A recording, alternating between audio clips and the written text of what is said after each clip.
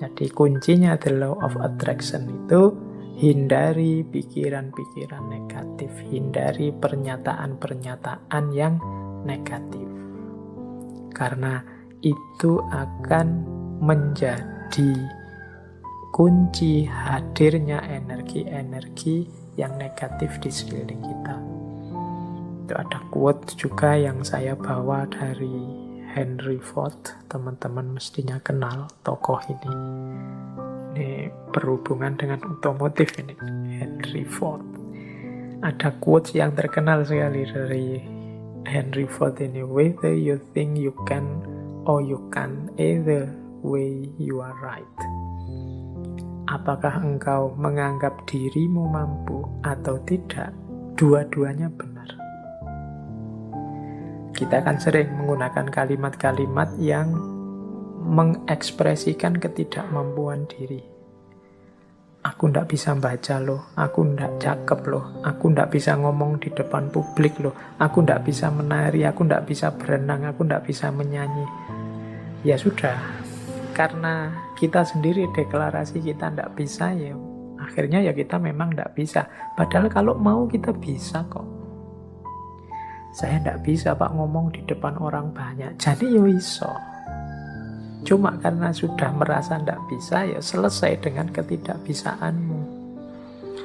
Saya ndak bisa Pak kalau harus menyanyi itu, saya menyanyi itu trauma sekali. Mungkin ya bisa, kalau kamu mau belajar tetap bisa.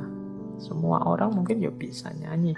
Cuma ya karena ndak mau saja, akhirnya ya memang ndak bisa beneran. Wah, matematika itu saya ndak bisa Pak. Wah, filsafat itu apalagi Pak, puyeng saya ndak iso. Ya sudah, engkau menganggap ndak bisa, ya engkau ndak bisa. Kalau kamu percaya engkau bisa, pasti engkau juga bisa. Jadi whether you think you can or you can, either way you are right. Kamu anggap dirimu bisa, ya benar. Kamu anggap dirimu ndak bisa, ya benar. Karena tadi terlanjur kamu anggap dirimu ndak bisa, ya sudah, berarti kamu memang ndak bisa. Padahal sebenarnya kalau kamu sadar bahwa engkau bisa, ya sebenarnya engkau bisa. Saya matematika tidak bisa, Pak. Sebenarnya ya engkau bisa, tapi engkau menolak untuk bisa saja. Saya bahasa Inggris itu tidak bisa, Pak. Ya jan-jane ya iso, cuma kamu menolak saja untuk bisa. Kalau mau belajar pasti bisa. Oke, jadi ini contoh bagaimana pikiranmu menentukan hidupmu. Karena tadi kamu sudah merasa ndak bisa, ya wes, memang akhirnya engkau ndak bisa beneran dalam kenyataannya. Karena engkau merasa ndak mampu filsafat, ndak mampu matematika, ya sudah, berarti titik di situ memang kalian ndak bisa dan ndak mampu. Padahal kalau kalian mau, ya tetap mampu. Ini Henry Ford. Makanya menurut saya gunakan kalimat-kalimat yang lebih positif. Apalagi teman-teman ini yang guru ya, yang punya murid, punya anak didik, entah di level apapun, apalagi yang masih dalam upaya pembentukan SD, SMP, TK, PAUD. Ini kan hindari kalimat-kalimat yang negatif. Masukkan dalam isi kepala anak-anak kita itu hal-hal yang positif, yang membentuk dirinya secara positif, yang penuh harapan, yang penuh keyakinan akan masa depannya, yang menumbuhkan potensi-potensi tersembunyinya. Yakinkan bahwa mereka bisa apapun yang mereka inginkan kalau mereka mau. Jadi itu prinsip the law of attraction. Nah, asumsi-asumsinya apa sih the law of attraction itu? Jadi yang pertama, energi mengalir kemana perhatian seseorang tertuju. Mengapa sih meyakini the law of attraction? Apa yang kita yakini itulah yang terwujud. Karena ketika kita meyakini sesuatu, fokus pada sesuatu, energi kita mengalir ke situ semua. Pokoknya saya harus berhasil di sini, saya harus sukses ini, saya harus mampu melakukan ini. Nah, itu energi kita mengalir ke situ semua. Ya wis, mudahnya sering saya ilustrasikan kan kalau orang jatuh cinta. Itu energinya fokus semua pada yang dicintainya, sehingga kadang-kadang dia bisa melakukan apapun yang untuk dirinya sendiri saja mungkin tidak dilakukan, tapi untuk yang dia cintai, dia mampu melakukannya. Kenapa? Energinya mengalir ke situ semua, karena pikiran perhatiannya ke situ semua. Jadi asumsi pertamanya itu, ketika kita fokus pada sesuatu, maka semua potensi diri kita ke situ semua. Itu yang pertama, asumsinya itu. Yang kedua, alam semesta ini, ya di situ kalimatnya penuh dengan kelimpahan untuk manusia. Maksudnya apa? Alam semesta ini, segala fasilitas kelebihan yang ada di dalamnya oleh Allah itu diciptakan untuk manusia, dalam tanda petik untuk melayani manusia. Kita ini kan makhluk yang dihadirkan ke bumi setelah bumi siap untuk kita huni. Karena memang bumi disiapkan untuk manusia. Maka apapun sebenarnya yang kita inginkan, yang kita harapkan dalam hidup ini pasti difasilitasi oleh alam semesta sekeliling kita. Tinggal kita mau atau tidak. Itu asumsi kedua. Berarti kuncinya ada pada keinginan dirinya manusia. Asumsi yang kedua, mengapa kok pikiran kita nanti yang menjadi kunci. Yang ketiga, kemampuan atau potensi manusia itu sangat jauh lebih besar, jauh lebih luas daripada yang kita sadari saat ini. Jadi kayak kita merasa, Pak, filsafat itu mentok, saya Pak enggak paham. Enggak, kamu kurang serius menggali potensimu saja. Kalau kamu mau bisa. Pak, bahasa Inggris itu Pak, wah puyeng saya Pak. Matematika itu Pak, enggak. Kamu bisa sebenarnya, cuma kamu kesusu berhenti saja. Kemampuan atau potensimu enggak seterbatas itu. Allah memberimu potensi yang luar biasa. Harusnya engkau jadi orang yang luar biasa. Harusnya setiap orang kalau mau dia bisa jadi luar biasa.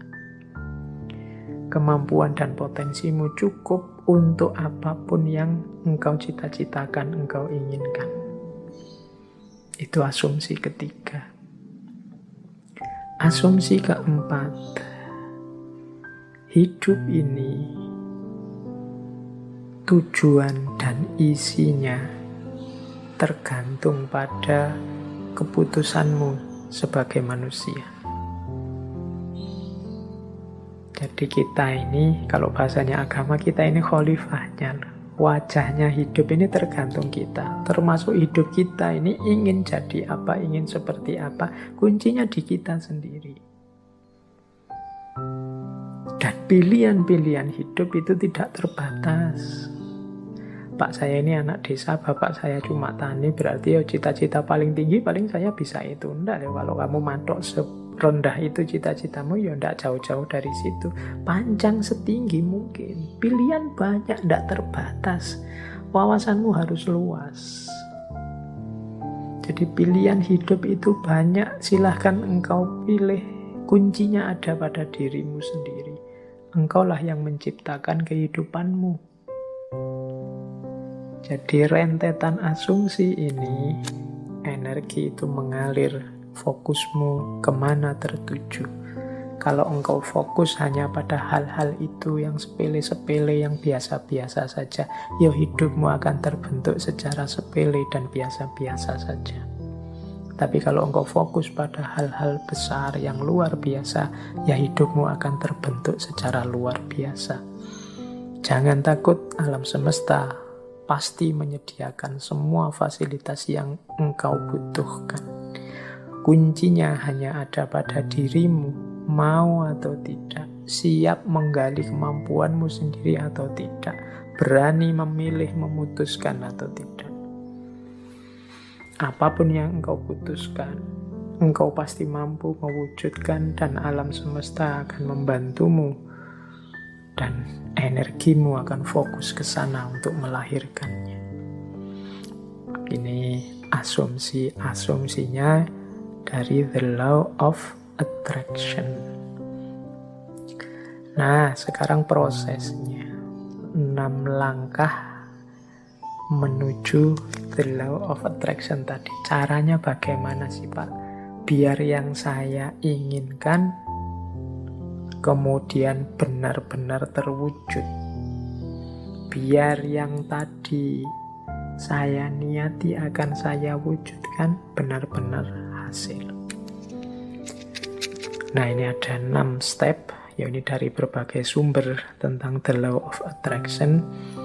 Yang pertama adalah mintalah apa yang engkau inginkan. Kalau dalam agama minta ini kemudian wujudnya jadi doa.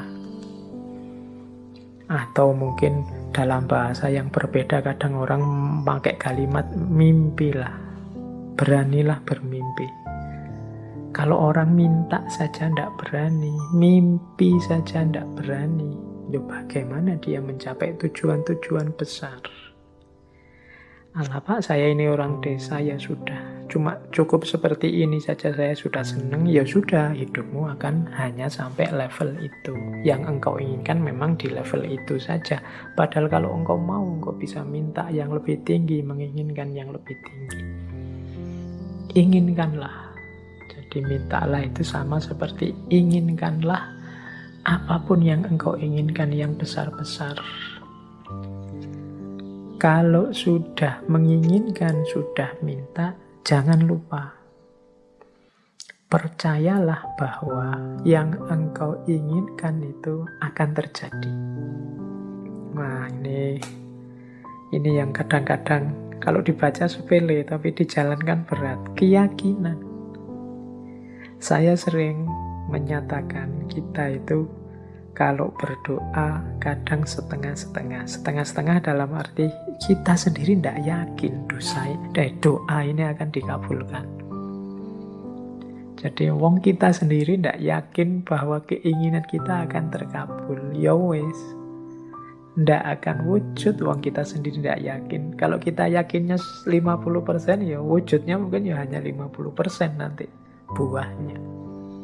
Jadi ini bagian dari the law of attraction adalah keyakinan kita, kemantapan hati kita. Saya Pak nanti pasti bisa dapat jodoh yang cantik, yang kaya, yang macam-macam. Tapi terus kamu sendiri yang mementahkan. Tapi apa ya mampu ya Pak, wong saya itu hanya orang desa, wajahku ya pas-pasan gini, ya mesti raiso Pak. Ya sudah, kamu sendiri pesimis gitu ya tidak akan wujud. Engkau sendiri yang mementahkan doamu, engkau sendiri yang mementahkan keinginan-keinginanmu. Ya alam semesta sekelilingmu, kemampuan potensi besar dalam dirimu yang tidak akan keluar, kamu sendiri tidak yakin. Kalau engkau yakinnya 50%, ya keluarnya 50%. Jadi yang kedua, percayalah, yakinlah bahwa apa yang engkau minta pasti akan terwujud. Nah, yang ketiga ini siapkan dirimu untuk menerima kesuksesan sebagaimana yang engkau minta. Ya kan? Kalau engkau minta, Pak, saya punya tujuan lulus kuliah yang paling cepat. Saya ingin lulusnya saya paling awal dengan nilai paling tinggi. Kamu harus menciptakan dirimu sejak sekarang sebagai orang yang siap sebagai mahasiswa yang lulus tercepat terbaik. Kalau engkau bercita-cita punya, kayak tadi ya, meskipun artifisial, punya istri cantik, punya istri kaya, punya istri luar biasa, ya bersiaplah, ciptakan dirimu sebagai orang yang pantas punya istri cantik, kaya, dan lain sebagainya. Jadi di antara tandanya bahwa engkau yakin akan terkabul itu engkau siap-siap untuk menerimanya. Lah kalau engkau tidak siap menerimanya, ya dia tidak akan hadir.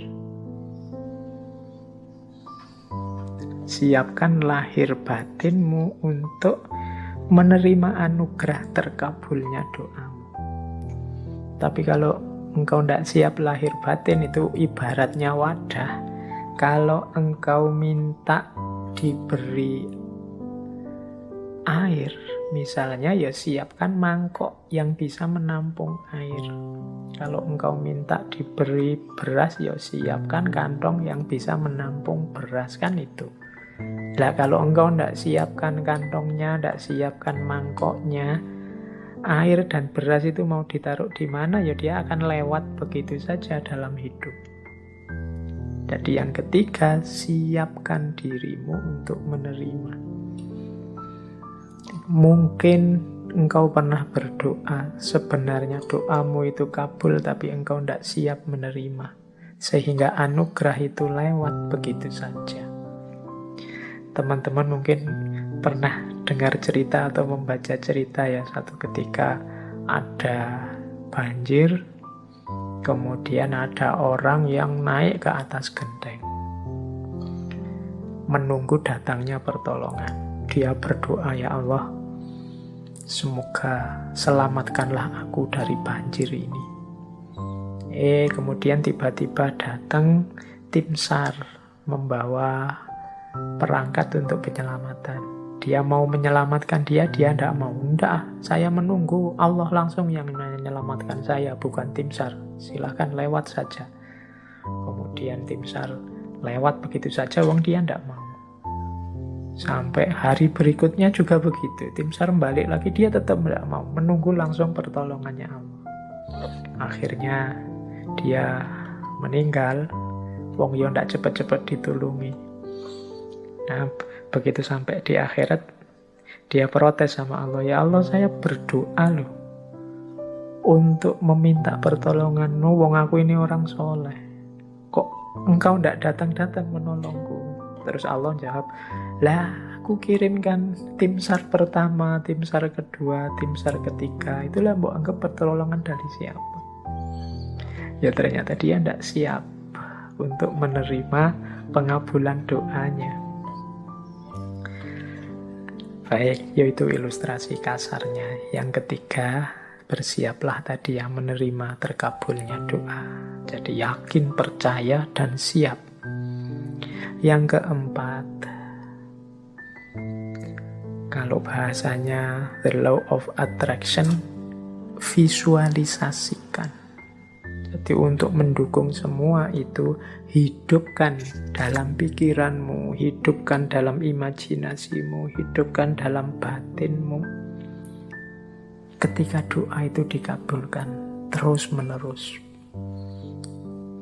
Jadi bayangkan keberhasilan itu dalam pikiranmu. Jadi ini untuk membantu fokus tadi. Kalau dalam agama seandainya berdoa, ya untuk membantu biar doanya lebih mantap sepenuh hati. Itu hadirkan keberhasilan yang engkau inginkan dalam pikiranmu, dalam imajinasimu. Terus yang kelima, jadi visualisasikan. Yang kelima, bersyukurlah terhadap apa yang engkau miliki saat ini. Nah, yang kelima ini sehubungan dengan situasimu saat ini, syukurilah. Kalau bahasanya agama, kalau engkau bersyukur, ya nanti akan ditambah. La in syakartum la azidannakum. Jadi kalau engkau bersyukur, aku tambah. Orang yang menerima situasi hari ini adalah orang yang siap untuk menerima anugerah selanjutnya. Tapi orang yang tidak terima situasi hari ini, ya dia tidak akan bisa menerima anugerah selanjutnya. Wong dia masih belum puas dengan situasi hari ini. Berarti dia kan masih sibuk dengan yang saat ini. Hidup itu kan, kalau bahasa Al-Quran, fa'idha farohta fansob, kalau sudah tuntas ini ganti yang selanjutnya. Kalau kita sudah puas dengan yang sekarang, berarti kita siap menjemput yang selanjutnya. Kalau kita menerima anugerah-anugerah hari ini, berarti kita siap untuk ditambah lagi anugerah selanjutnya. Kalau kita masih belum puas dengan yang sekarang, ya tidak akan ditambah, wong kita belum puas. Yang sekarang berarti belum beres. Masih kita keluhkan, masih kita komplain, masih kita protes. Jadi yang kelima, jadilah pribadi yang bersyukur. Jadi pribadi yang tidak mudah mengeluh, pribadi yang tidak komplain melulu. Jadi saya terima ya Allah situasi hari ini. Mungkin ini karena perbuatan-perbuatanku. Mungkin ada yang baik, ada yang buruk tadi ya. The law of cause and effect itu. Saya syukuri yang baik-baik. Dan aku mohon selanjutnya berikan aku. Nah, itu namanya siap menerima anugerah selanjutnya.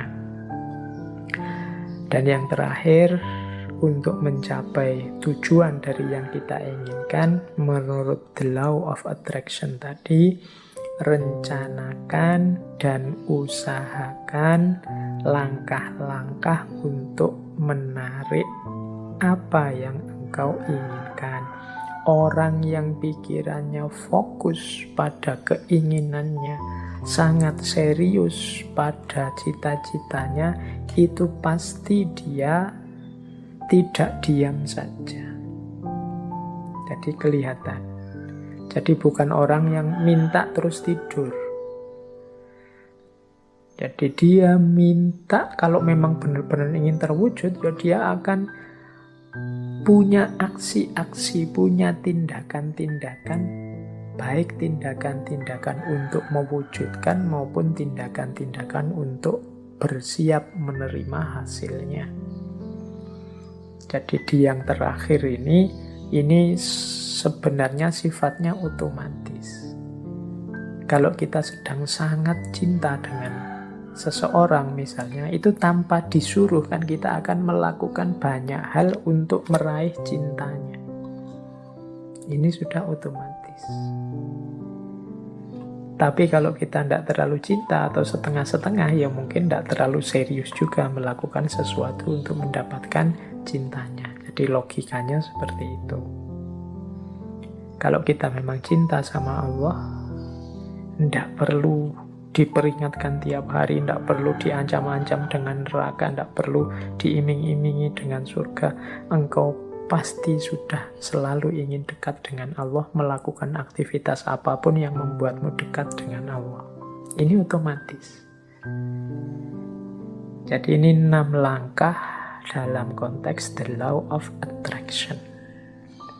Mintalah apa yang engkau inginkan, percayalah bahwa yang engkau inginkan pasti nanti akan terwujud. Persiapkan dirimu untuk mendapatkan apa yang engkau inginkan. Kemudian visualisasikan, bayangkan keberhasilanmu dalam pikiranmu, dalam batinmu. Syukurilah kondisimu saat ini. Upayakan sejauh kemampuanmu untuk mewujudkan keinginanmu. Maka alam semesta, Allah akan memberikan anugerahnya mewujudkan keinginanmu. Itulah the law of attraction.